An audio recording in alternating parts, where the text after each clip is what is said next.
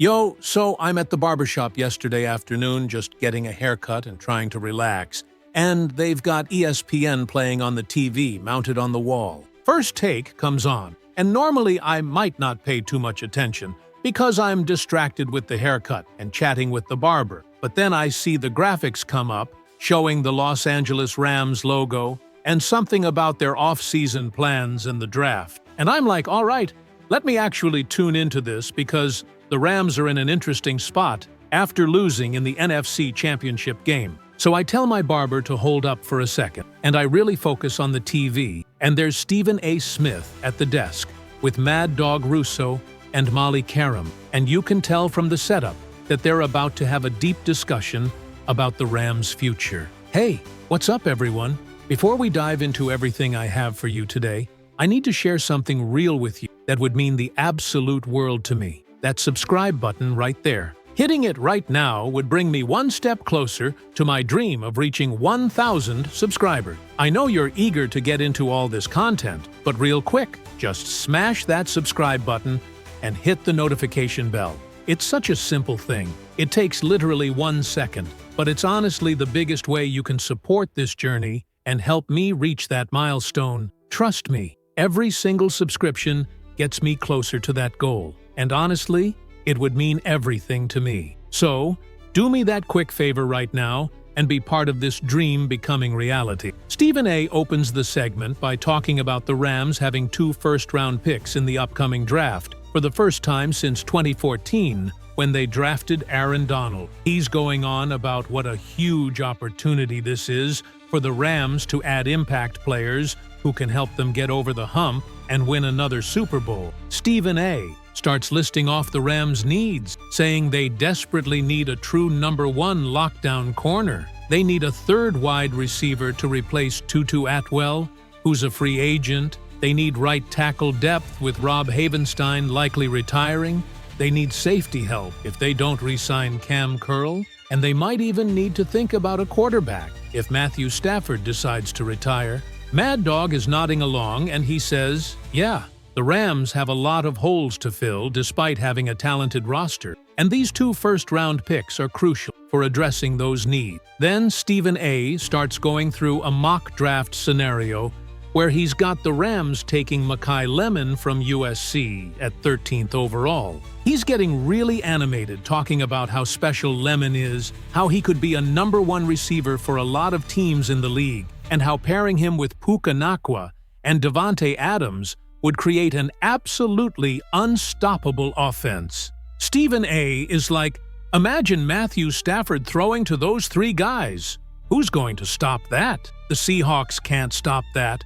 The Texans can't stop that. Nobody in the league can stop that. Mad Dog pushes back and says, okay, but the Rams already have elite receivers. Their bigger need is on defense, where they got torched by the Seahawks in the NFC Championship game. Stephen A. says exactly. That's why, with their second first-round pick at 29th overall, they need to address the defense. And he starts talking about taking Colston Hood from Tennessee, a cornerback who had lockdown seasons at both Colorado and Tennessee, and who would give the Rams the number 1 corner they desperately need. Stephen A. talks about Hood's size at 6'1" and over 200 pounds, and how he had 53 targets with only 28 receptions allowed, and a passer rating under 70 when targeted. Mad Dog says, okay, that makes more sense. You take a luxury pick with your first pick in Lemon, and then you address your biggest need with your second pick in Hood.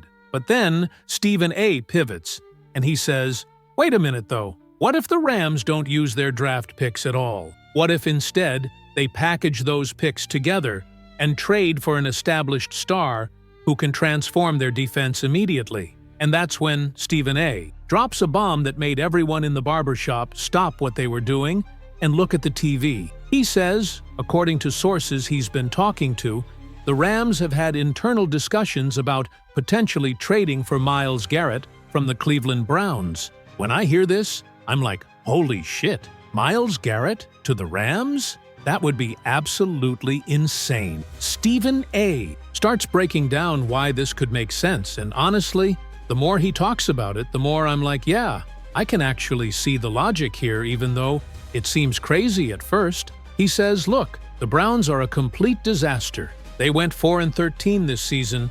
They're clearly going to be bad again next year.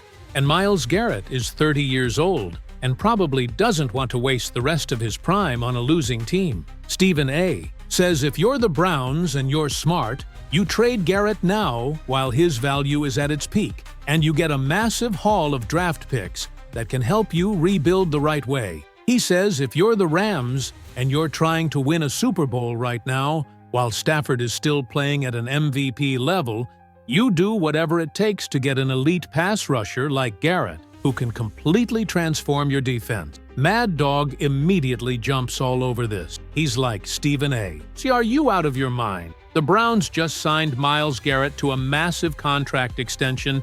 He's a franchise cornerstone, and you're telling me they should trade him away? Mad Dog says that's the kind of move that gets a GM fired and turns the fan base completely against the organization. Stephen A. doesn't back down at all. He comes right back and says, Mad Dog, the Browns have been a dysfunctional mess for 2 decades.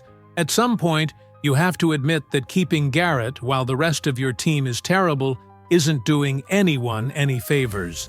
Not the Browns, and certainly not Garrett himself. Molly jumps in at this point and asks what the Rams would actually have to give up to get Myles Garrett. Stephen A. says it would take both of their first-round picks this year at a minimum, probably at least one more first-round pick in a future year, and maybe a young player or two as well. He says the Browns would be looking for an absolute king's ransom. But if you're the Rams, you have to at least consider it because Garrett is that good, and your championship window is right now. Mad Dog says okay, but if you give up both your first-round picks, plus more for Garrett, you're not addressing any of your other needs through the draft, and the Rams have a lot of needs beyond just pass rusher. The conversation shifts to talking about how Myles Garrett would actually fit with the Rams' defense. Stephen A. gets really detailed about this, talking about how Chris Shula is the defensive coordinator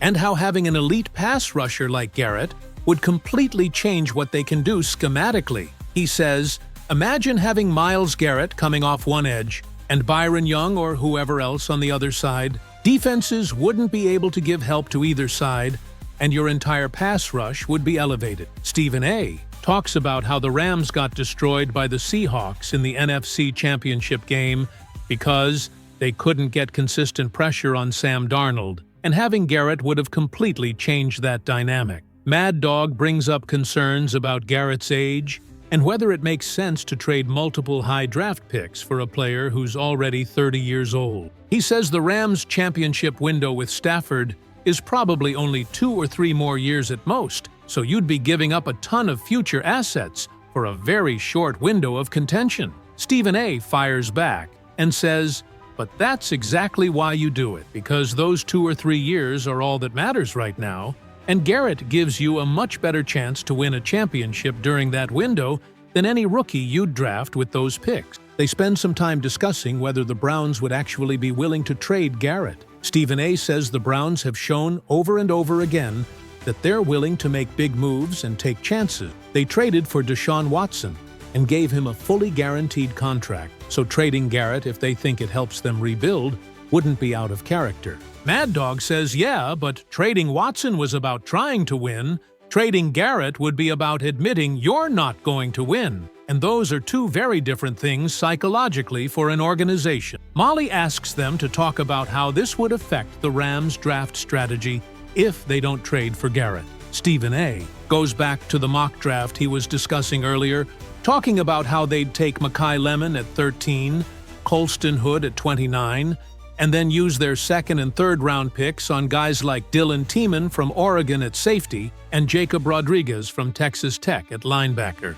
He says that would be a really solid draft that addresses multiple needs, but it wouldn't have the same immediate impact as trading for a proven elite player like Garrett. Mad Dog says he thinks the draft approach makes way more sense than trading for Garrett, because you're building for both now and the future, rather than mortgaging everything for a short-term boost. He talks about how the Rams have already done the all-in thing multiple times with trades like the Jalen Ramsey trade and the Matthew Stafford trade, and at some point, you have to stop giving away your future. Stephen A. says, but those trades worked. They won a Super Bowl with Stafford, and that's what it's all about. You can't be afraid to make bold moves when you have a chance to win championships. The conversation continued, and they start talking about what Sean McVay and Les Snead would be thinking about all of this. Stephen A. says McVay is an ultra-competitive coach who wants to win right now, and if he thinks Garrett gives them a better chance to beat the Seahawks and the other top teams in the NFC, he'd absolutely push for the trade. Mad Dog says yeah, but Les Snead is the GM, and he's the one who actually has to make the decision. And Snead has been really good at drafting and developing players over his tenure, so maybe he'd prefer to stick with the picks rather than trading them for a veteran. Molly brings up an interesting point about how this would affect the Rams' salary cap. She mentions that Garrett is on a huge contract that pays him something like $25 million a year, and taking on that salary would eat up a significant portion of their cap space. Stephen A. says the Rams have shown they're willing to be creative with the cap. They've pushed money into the future and restructured deals to make things work. And if they really want Garrett, they'll figure out a way to make the money work. Mad Dog says, but every dollar you spend on Garrett is a dollar you can't spend on filling out the rest of your roster with quality depth players. They also discuss what Myles Garrett's perspective would be on all of this. Stephen A. says, if you're Garrett and you've spent your entire career on terrible Browns teams, the opportunity to go play for a contender like the Rams in Los Angeles would probably be really appealing. Mad Dog says, yeah, but Garrett has deep roots in the Cleveland area, and he's been loyal to the Browns throughout his career. Maybe he'd actually want to stay and be part of building something there rather than leaving for greener pastures. The conversation shifts to talking about the rest of the Rams draft and how they'd use their later picks. Stephen A. goes back to discussing taking Dylan Tiemann at safety in the second round, talking about how he was phenomenal at Purdue before transferring to Oregon and helping them get to the college football playoff. He mentions that Tiemann had 96 tackles, 3.5 for loss, 2 picks, and 5 pass breakups, and that he'd be a perfect young replacement for Cam Curl if Curl leaves in free agency. Mad Dog says that makes sense. You need to keep building through the draft even if you do trade for Garrett, and using your second and third round picks on defensive players would help round out that side of the ball. Stephen A. also talks about taking Jacob Rodriguez from Texas Tech at linebacker in the third round. He gets really animated about this, talking about how Rodriguez was a Heisman candidate as a linebacker, which is almost unheard of, and how he had 70 stops in the run game, 7 forced fumbles, 4 interceptions, and 94 total tackles. Stephen A. says Rodriguez plays with the kind of energy and physicality that the Rams' defense was missing in the NFC Championship game, and having him in the middle of the defense would be huge. Mad Dog says, okay, so even if you trade for Garrett, you'd still have those second and third round picks to address other needs. And that's important because the Rams do have holes all over the roster. Stephen A. says exactly, that's why trading for Garrett doesn't mean you're completely abandoning the draft. You're just using your top assets to get a proven star instead of gambling on rookies who might not pan out. Molly tries to get them to make predictions about whether this trade is actually going to happen. Stephen A. says he thinks there's maybe a 30% chance the Rams make a serious run at Garrett. It's definitely a long shot, but it's not impossible given how aggressive the Rams have been historically. Mad Dog says he thinks it's way less than that, maybe 5 or 10%, because he just doesn't see the Browns being willing to trade their franchise player, and he doesn't see the Rams being willing to give up what it would take. The segment starts winding down, and they both kind of summarize their position. Stephen A. says the Rams should be as aggressive as possible in trying to win a championship, while Matthew Stafford is still elite. And if that means trading both first-round picks plus more for Myles Garrett, then that's absolutely what they should do, because Garrett is a game-changer who could transform their defense. Mad Dog says he thinks the Rams should be more measured and focus on building through the draft, using their picks on guys like Mekhi Lemon and Colston Hood, and Dylan Tiemann and Jacob Rodriguez, because that gives them both immediate help and long-term sustainability. Molly thanks them both, and the show goes to commercial. I'm sitting in the barber chair, just trying to process everything I heard. And my barber is like, "Yo, did you hear that? Myles Garrett to the Rams would be crazy." And I'm like, "Yeah, man, that would completely change everything for that team." Whether it actually happens or not is anyone's guess, but it's definitely one of the most interesting trade scenarios I've heard discussed in a while, and it shows how desperate the Rams are to get back to the Super Bowl while they still have Stafford playing at this level.